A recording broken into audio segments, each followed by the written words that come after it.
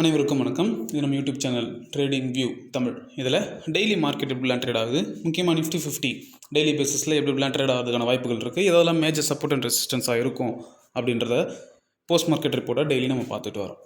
So நேற்று ஒரு video போட்டிருந்தோம். பேங்க் நிஃப்டி எக்ஸ்பைரி இருக்குது. ஸோ மார்க்கெட்டுக்கு இதெல்லாம் மேஜர் சப்போர்ட் இருக்கும் அப்படின்ட்டு நம்ம சொல்லியிருந்தோம். ஸோ இன்றைக்கி நம்ம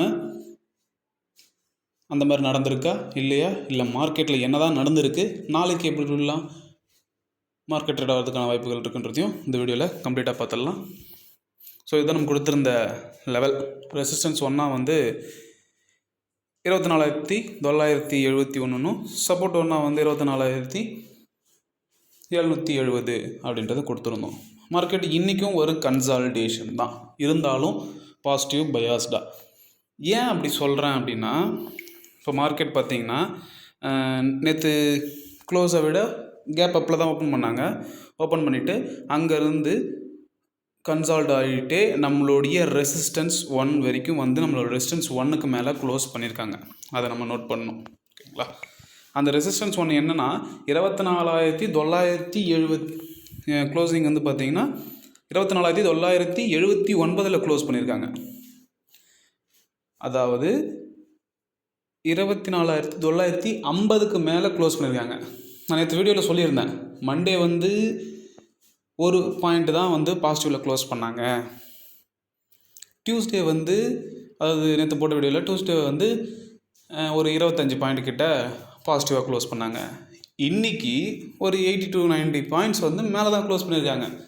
ஸோ கன்சால்டேட் கொடுக்குறாங்க, பாசிட்டிவாக தான் க்ளோஸ் பண்ணுறாங்க. இதை வந்து நம்ம ரொம்பவே நல்லாவே நோட் பண்ணணும். ஸோ ப்ரீவியஸ் டேவோடைய க்ளோஸ் வந்து அடுத்த நாளுக்கு வந்து ரொம்பவே உதவியாக இருக்கும். ஓகேங்களா? இதுக்கப்புறம் இந்த கிராஃபை பாருங்கள். இது வந்து நிஃப்டி 50யோட 1 hour சார்ட்டு. லாஸ்ட் ஒரு 1 month 2 months கிட்ட.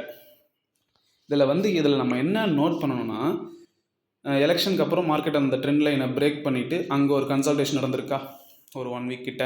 அதுக்கப்புறம் நல்லாவே ஒரு அப் ட்ரெண்ட். அகைன் மார்க்கெட் ஒரு சின்ன கன்சால்டேஷன், அகைன் மார்க்கெட் மேலே போயிருக்கு. அதுக்கப்புறமும் ஒரு சின்ன கன்சால்டேஷன். இந்த டவுன் ஏன் வந்துச்சு அப்படின்னா, அன்றைக்கி தான் வந்து பட்ஜெட் டேட். ஸோ பட்ஜெட்டில் ஒரு கீழே போயிட்டு மறுபடியும் மேலே வந்துட்டாங்க. அன்றைக்கே மேலே வந்துட்டாங்க. மறுபடியும் பட்ஜெட்டுக்கு அடுத்த ஒரு 2 நாள் கன்சால்டேஷன் ஆகிட்ட பிறகு தான் மேலே ஏறியிருக்காங்க. இப்போது மறுபடியும் கன்சால்டேஷன் நடந்துக்கிட்டு இருக்கு. நாளைக்கு இல்லை, இன்றைக்கி வெட்னஸ்டே வந்து யூஎஸில் இன்ட்ரெஸ்ட் ரேட் கட் இருக்குது. அந்த ஈவெண்ட் ஒன்று இருக்குது. அதில் என்ன சொல்ல போகிறாங்க, அதுக்கப்புறமேட்டா ஃபெட் கவர்னருடைய ஸ்பீச்சும் இருக்குது. ஸோ அதுக்காக மார்க்கெட் வெயிட் பண்ணலாம். ஏன்னா அது ஒரு மேஜர் ஈவெண்ட் குளோபலாக பார்க்கும்போது. ஸோ அதுக்காக மார்க்கெட் வெயிட் பண்ணிகிட்ருக்கு. சப்போஸ் யூஎஸ் டைம் படி பார்த்தீங்கன்னா, யூஎஸ் டைமுக்கு நம்மளுடைய இந்தியன் டைம் படி பார்த்தீங்கன்னா நம்மளுடைய நைட்டு ஒரு 10:30 மணிக்கு வந்து அந்த இன்ட்ரெஸ்ட் ரேட் கட் வந்து சொல்லுவாங்க. ஸோ அதுக்காக மார்க்கெட் வெயிட் பண்ணுதா அப்படின்றதையும் நம்ம வெயிட் பண்ணி தான் பார்க்கணும்.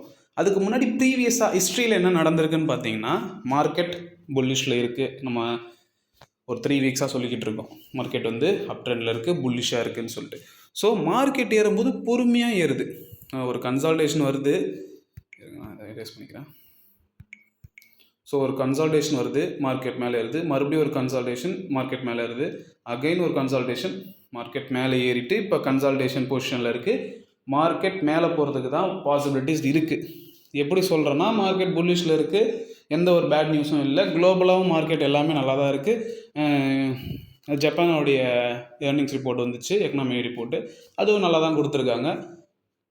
அந்த மார்க்கெட்டும் பாசிட்டிவில் தான் க்ளோஸ் ஆகிருக்கு. ஸோ இந்த மாதிரி டேட்டாஸ் எல்லாத்தையுமே கலெக்ட் பண்ணணும். ப்ளஸ் ஓஏ டேட்டாவும் புட் சைடு தான் வந்து அதிகமாக இருக்குது. ஸோ இதெல்லாம் வச்சு தான் சொல்கிறேன். ஸோ ஏன் இதை நான் அப்படி சொல்லிக்கிட்டு இருக்கேன் அப்படின்னா, பொறுமை வேணும். இப்போது டெய்லி ட்ரேட் பண்ணுறோன்னு சொல்லிட்டு இந்த 3 நாளில் வந்து ஓவர் ட்ரேடிங் பண்ணி லாஸ் பண்ணியிருந்தா நாளைக்கு மார்க்கெட் என்னென்னு நடக்கலாம், நடக்காமலும் போகலாம். பட் இன்கேஸ் நடந்துருச்சு அப்படின்னா இந்த 3 நாளில் வந்து நீங்கள் அந்த நாளைக்கு பண்ண போகிற ட்ரேட் வந்து அந்த 3 நாளில் ரெக்கவர் பண்ணுறதுக்கு தான் இருக்குமே தவிர்த்து உங்களுக்கு ப்ராஃபிட்டாக இருக்குமா அப்படின்றது தான் கேள்வியாக இருக்கும். ஸோ மார்க்கெட்டில் என்ன நடக்குதுன்றத கேர்ஃபுல்லாக உட்காந்து பார்க்கணும். பொறுமை ரொம்ப, இதுதான் நான் அடிக்கடி சொல்கிறது, பொறுமையாக இருங்கன்றதுக்கு. ஸோ இன்றைக்கும் ப்ராஃபிட் பண்ணியிருக்கலாம். இன்றைக்கி ஒன்றும் பெருசாக ஒரு வயலண்ட் மூவ்மெண்ட்லாம் இல்லை. ஒரு 10:30க்கு மேலெலாம் மார்க்கெட் நல்லாவே செட்டில் ஆகி தான் மேலே போயிட்டு இருந்துச்சு 90 பாயிண்ட்ஸ் கிட்ட. ஸோ அதனால் 2 நாள் வெயிட் பண்ணணும். 2 நாள் 2 வாரமாக இருந்தாலும் ஒரு ட்ரேடருக்கு வந்து பொறுமை ரொம்பவே முக்கியம். அவசரப்பட்டீங்கன்னா ட்ரேடர்லாம் ஆக முடியாது, ஒன்றுமே ஆக முடியாது. இருக்கிற காசையும் ஜீரோ பண்ணிட்டு போக வேண்டியது தான். ஓகேங்களா? ஸோ ஹிஸ்ட்ரியில் என்ன ரெகுலராக வீடியோ பார்த்துட்டவங்களுக்கு தெரியும். ஹிஸ்ட்ரியில் என்ன நடந்துச்சோ ஸ்டாக் மார்க்கெட்டில் அதுதான் ஃப்யூச்சர்லேயும் நடக்கும். அது எப்போ நடக்கும், எப்படி நடக்கும்ன்றத அனலைஸ் பண்ணணும் பொறுமையாக உட்காந்து. ஸோ ஹிஸ்ட்ரியை நம்ம பார்த்துருக்கோம். ஸோ நாளைக்கும் மறுநாள் இல்லை இந்த வீக் ஃபுல்லாக கூட கன்சால்டேட் ஆகிட்டு கூட போகலாம். மேக்ஸிமம் நாளைக்கே வந்து ஒரு நல்ல மூமெண்ட் இருக்கும். ஏன்னா பெரிய ஈவெண்ட் அந்த யூஎஸில் நடக்குது. ஸோ நம்ம வெயிட் பண்ணி பார்ப்போம். பெருசாக எந்த சேஞ்சஸும் பண்ணலை.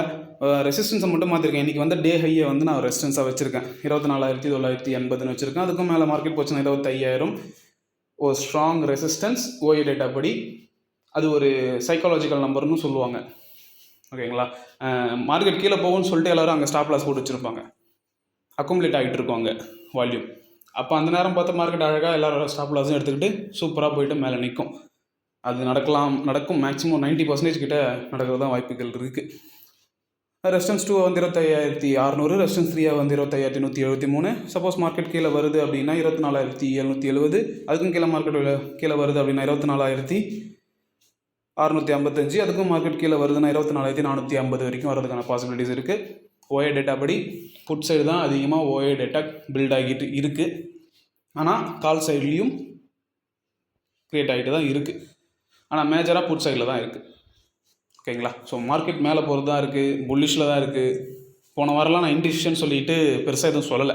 மார்க்கெட் கீழே இல்லாமா மேலே போகலாம்னு சொல்லலை. பட் இந்த வீக் நான் சொல்கிறேன் மேலே தான் போய்ட்டு. அதேமாதிரி 3 நாளாகவும் பாசிட்டிவாக தான் க்ளோஸ் பண்ணிகிட்டு இருக்காங்க. ஸோ பொறுமையாக இருங்க. அது மட்டும் இல்லாமல் இது எல்லாமே என்னுடைய தனிப்பட்ட கருத்து தான். நான் எப்படி நிஃப்டி 50 பார்க்குறேன், நான் என்னென்ன பண்ணுறேன், நான் எப்படி அனலைஸ் பண்ணுறேன்றது தான் உங்ககிட்ட வீடியோவாக சொல்லிகிட்டு இருக்கேன். ஸோ நீங்கள் வந்து ஒரு பர்சனலாக இன்ட்ரெஸ்ட் எடுத்து மார்க்கெட்டை ஸ்டடி பண்ணுங்கள், கற்றுக்கோங்க. 4 வீடியோ மட்டும் பார்த்துட்டு மார்க்கெட்டுக்குள்ளே என்ட்ராகாதீங்க.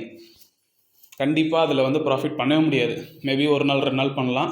But end of the month பார்த்தீங்கன்னா கண்டிப்பாக லாஸில் தான் இருப்பீங்க. ஸோ நீங்கள் என்றைக்கு ஒரு ஒர்க்கை போடணும்னு நினைக்கிறீங்களோ அப்போ மட்டும்தான் உங்களுக்கு அது ப்ராஃபிட்டில் வரும். இதுவும் நான் அனுபவத்தில் தான் சொல்கிறேன். ஓகேங்களா? பொறுமையாக ட்ரேட் பண்ணுங்கள். நீங்கள் உங்களோட ரியல் மணி வச்சு ட்ரேட் பண்ணுறதுக்கு முன்னாடி ஒரு 3 months பேப்பர் ட்ரேடிங் பண்ணணும். பேப்பர் ட்ரேடிங் பண்ணும்போது தான் மார்க்கெட்டில் என்னென்ன நடக்குது எல்லாமே தெரிஞ்சிக்க முடியும். உங்களுடைய ஸ்கில் அண்ட் எக்ஸ்பீரியன்ஸ் டெவலப் ஆகும்.